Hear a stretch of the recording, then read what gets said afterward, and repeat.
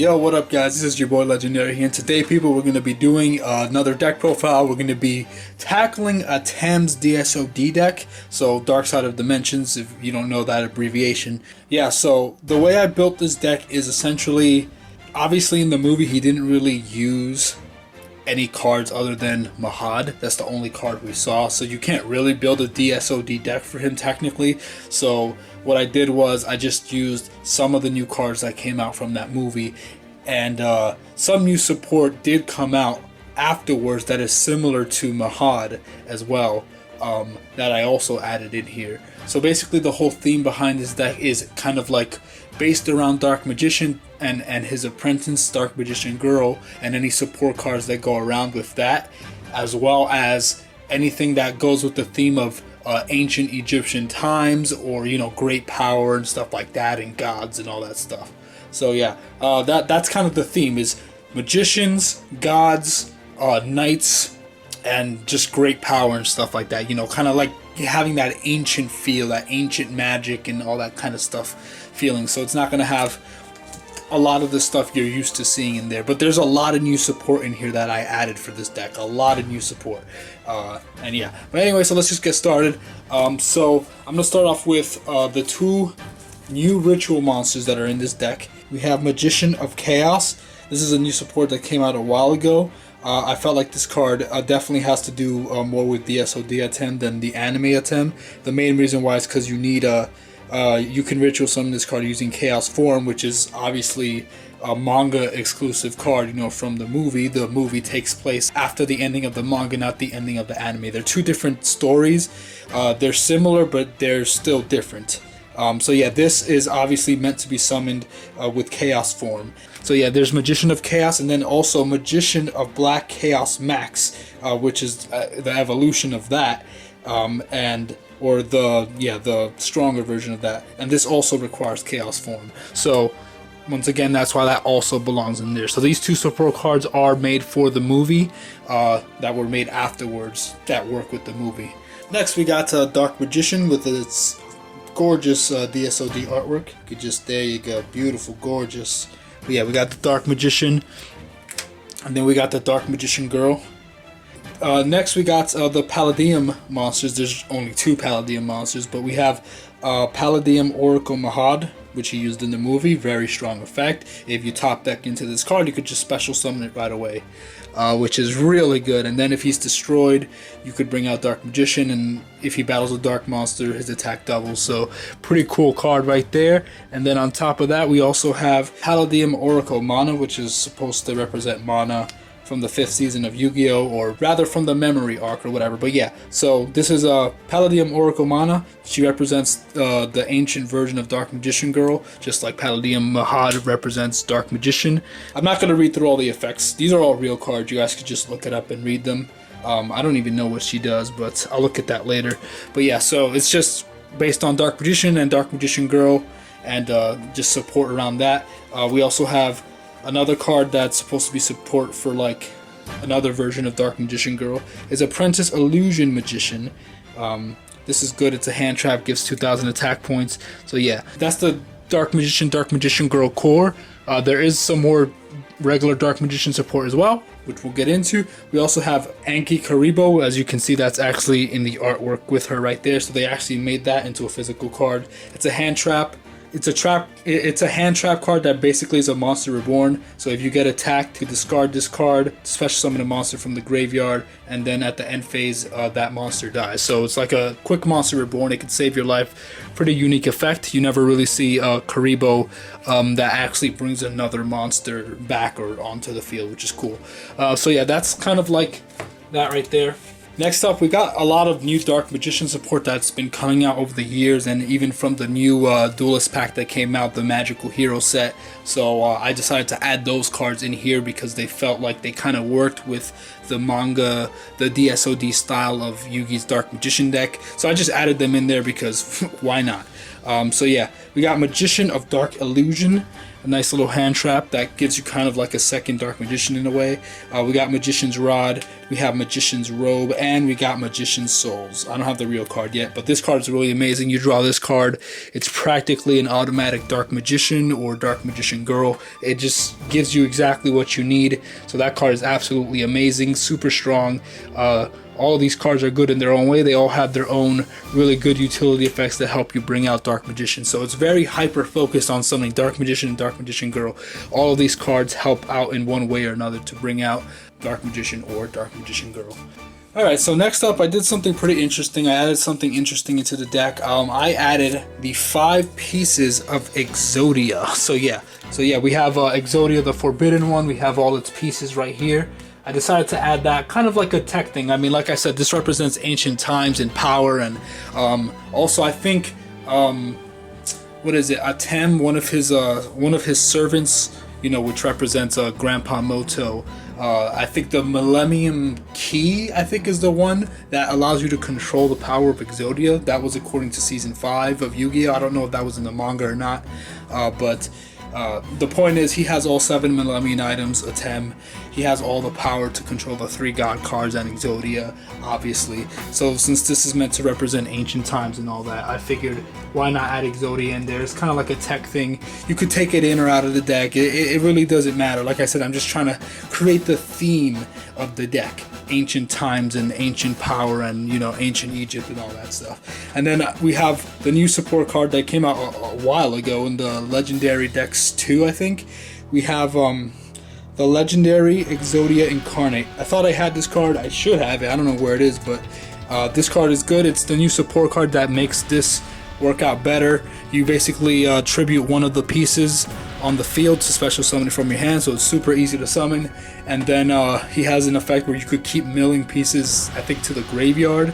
Oh, okay, so essentially during the end phase, it has an effect that you have to activate. I think that you have to add one of the pieces that's in the grave back to your hand. So let's say you have all 5, you send all 5 pieces to the grave, you tribute 1, and then you have all the other 4 in the grave. 5,000 attack points for each piece in the grave. So then each end phase he'll drop by 1,000 because you add one of the pieces back to your hand during the end phase. So it keeps dropping until it goes all the way down. He's unaffected by card effects, so you have to kill him by battle only.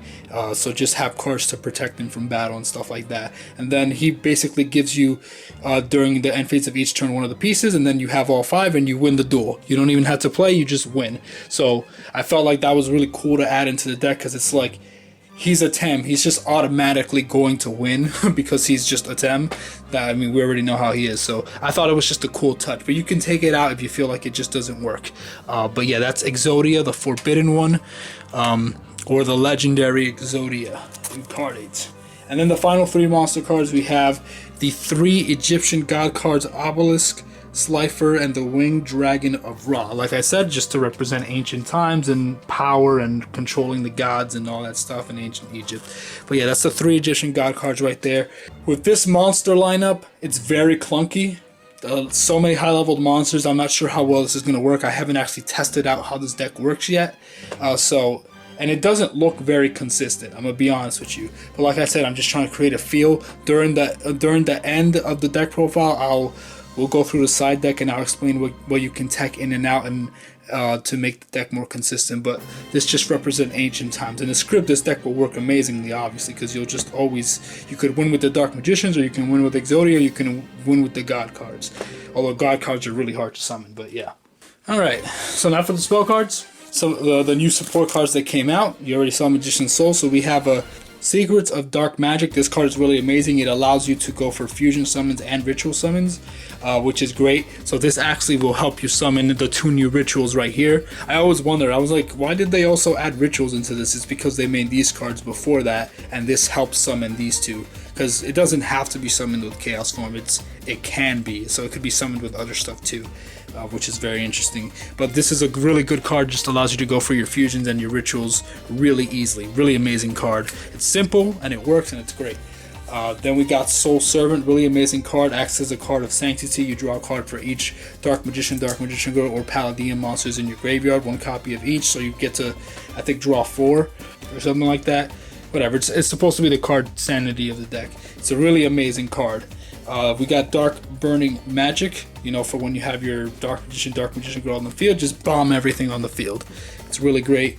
Illusion Magic is here too. Obviously, you can't search 2 Dark Magicians. There's only 1 Dark Magician, so tribute 1 Spellcaster, add 1 Dark Magician. So I still thought it was decently worth adding just to add your ace straight to your hand in case if you can't pull it off with something else. But you could tech that out, honestly. You might not even need that. Then we got Dark Magic Expanded to give them some extra power boost. We got Magician's Circle, really powerful card. Banishes cards when you summon Dark Magician and allows you to look at the top 3 cards of your deck and add one. I think it adds one of them to your hand, right? Add a Dark Magician or Spell Trap card to your hand and stuff like that. So it's good. It allows you to look through your deck and stuff like that. We got Magical Dimension, and then the non-spellcaster support cards. We got Polymerization to help you go for the fusions, which we'll get into at the end. We have Monster Reborn, Pot of Greed, Card of Sanctity. He does not have Graceful Charity in the manga, so we can't add that. And then the final card I wanted to test out is the True Name. Obviously, it's a reference to the final season when, you know, he found out his name and stuff like that. So I thought it was a cool reference to that. So that's why I added it in here. This is an interesting card. You declare 1 card name, activate the top card of your deck, and if it is the declare card, add it to your hand. Then you can add to your hand or special summon 1 divine monster from your deck. Otherwise, send it to the graveyard. Oh, okay. So this is cool. This will work in combination. Oh, wow. I didn't even notice this until right now, but this will work in combination with Magician's Circle. So Magician's Circle's effect is, when this card is activated, look at the top 3 cards of your deck, then reveal 1 Dark Magician or spell or trap card that specifically lists Dark Magician and its text among them, and add it to your hand. Also place the remaining cards on the top of your deck in any order. So let's say the top 3 cards is 1 Dark Magician, 1 of the God cards, and some other random card. You add the Dark Magician to your hand, then you purposely put Slifer or Obelisk or Ra on top of the deck. And then you activate True Name, declare the top card of your deck, you activate it. Since you know what it is because you activated it with this, you get an automatic God card. You could either add it to your hand or just straight up special summon it. So that would be great for Obelisk or even Slifer. Ra not so much, but definitely for those other 2. So this is an automatic Obelisk the Tormentor without tributing, as long as you use it in combination with this card. So these 2 cards are freaking amazing together. I can't believe I didn't put that together until now, but oh, that's so good, guys. Definitely try that out. So good. Free Egyptian God card right here. Obviously, don't just use this recklessly. Use it when you have the right setup. But you have enough ways to search and stuff and draw cards to get to this card and then activate this. And if not, then the monster gets sent to the graveyard, which could help because some cards are better in the graveyard. But yeah, so yeah, that's really cool. That's a really cool combo, guys. Definitely try that out. Looks really fun. Very smart combo right there. Then we have Eternal Soul, Dark Magician support. Obviously, you know, we got the Dark Magician Stone Tablet. Of course, I'm going to add that. Then we have one of the new support trap cards, Magician's Combination. This allows you to tribute a Dark Magician or Dark Magician Girl and special summon the other one from your hand or graveyard. So you tribute Dark Magician, special summon Dark Magician Girl, or you tribute Dark Magician Girl or special summon Dark Magician. So it helps you get the other piece. So basically, you could negate a card effect by tributing a Dark Magician or Dark Magician Girl, then you get to special summon the other one from your hand or graveyard, and then if this is sent from the field to the graveyard, you can destroy 1 card on the field. So it's nothing but pluses. It's a really good card. Magician's Navigation, once again, if you have them both in your hand, but you don't have, or even if you have just Dark Magician in your hand, but you can't do anything, set this card, they attack into you directly, summon this, summon Dark Magician and Dark Magician Girl. So it's an easy summon both of them at the same time. We got Magician Circle, helps with all the new support.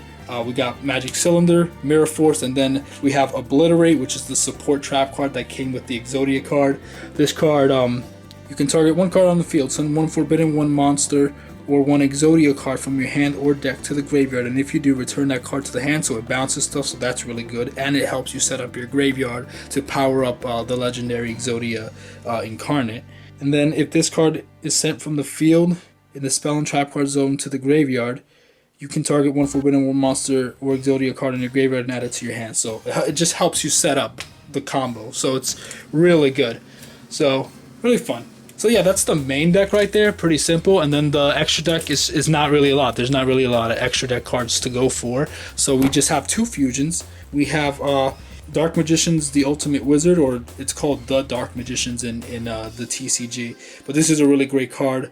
When a spell trap card I think is activated, you could draw a card.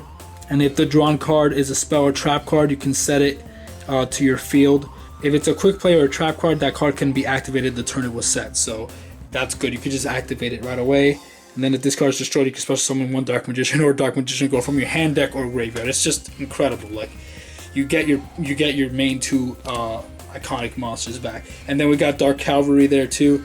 A Dark Magician and 1 Warrior. There are no Warriors in this build right here, but there are Warriors in the side deck, which I'll get into now. But this card is great. Also negates stuff and gains power for cards in the graveyard. So really good.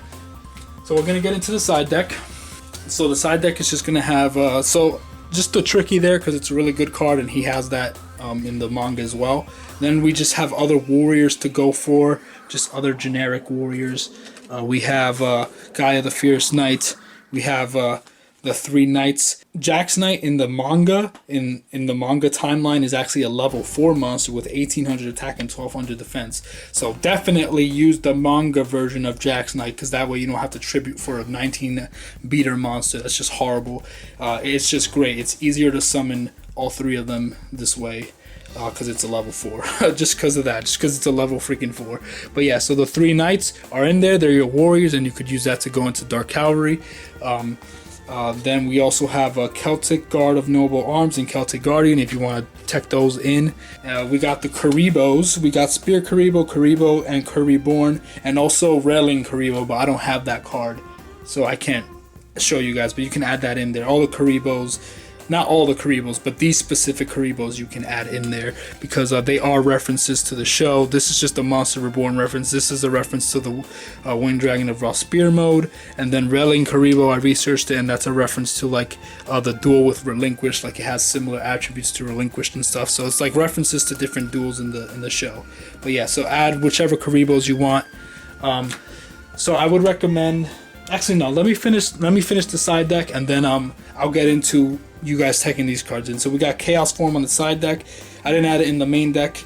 I don't know why. It was already tight enough in the space, so you guys could find space for it. We got Dark Magic Veil.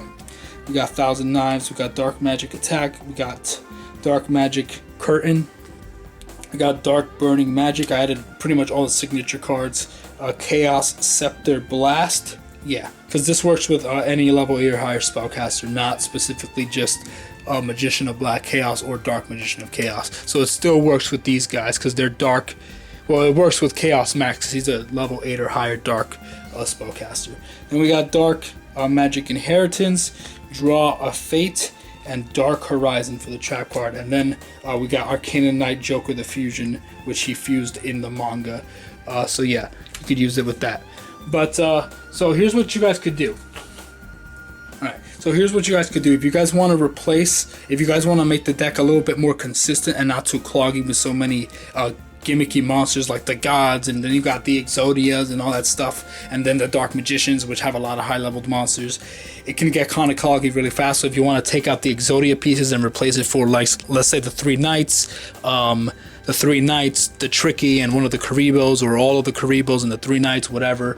Or if you want to take out the Egyptian god cards, actually 6 pieces. So you could add all 3 of these, all 6 of these to replace those 6, or you could take out the 3 gods if you want to keep Exodia and add any of the 3 that you want from the side deck. It really doesn't matter. It just depends. If you feel like, alright, you got too many god cards, or you don't feel like using all of them, just take out 1 of the gods, 2 of the gods, whatever. If you want to run it the way it's originally built, that's perfectly fine. You know, just try it out, but don't expect it to always be consistent because there's just so many high-leveled monsters and they're not all that great and require a lot of effort. But yeah, so that's the only thing I would recommend to fix up the deck, is just use the side deck to the best of your abilities. Take out some of the high-leveled monsters to replace for lower-leveled monsters. That makes the deck more consistent and less cloggy with all the high-leveled monsters. But yeah, that's pretty much it for the deck right there. That's the Dark Magician build. My camera's running out right now, so I'm gonna run through this really quick. thank you guys for watching. I really appreciate it. Whatever cards I didn't add that you think would be great in here, just add. You don't have to worry about it. If I didn't add something, I either forgot it, or I didn't think it was that important, or I just overlooked it. So just add whatever cards you want to try out in here that you think would work, and it's perfectly fine. You don't have to build it my way. I was just all my decks I'm just messing around with ways that I think would run best, but sometimes I just forget certain things. It's not that big of a deal. Just build it however you like. Have fun with it. That's the whole point. You have fun, try out new cards, new strategies, and see what you want. But yeah, that's the deck right there. Just a lot of power, and just the power of Atem and of Pharaoh Atem. But yeah, thank you guys for watching. I really appreciate it. I love you guys. God bless you guys. Thank you guys for everything. See you guys in the next video. Gotcha.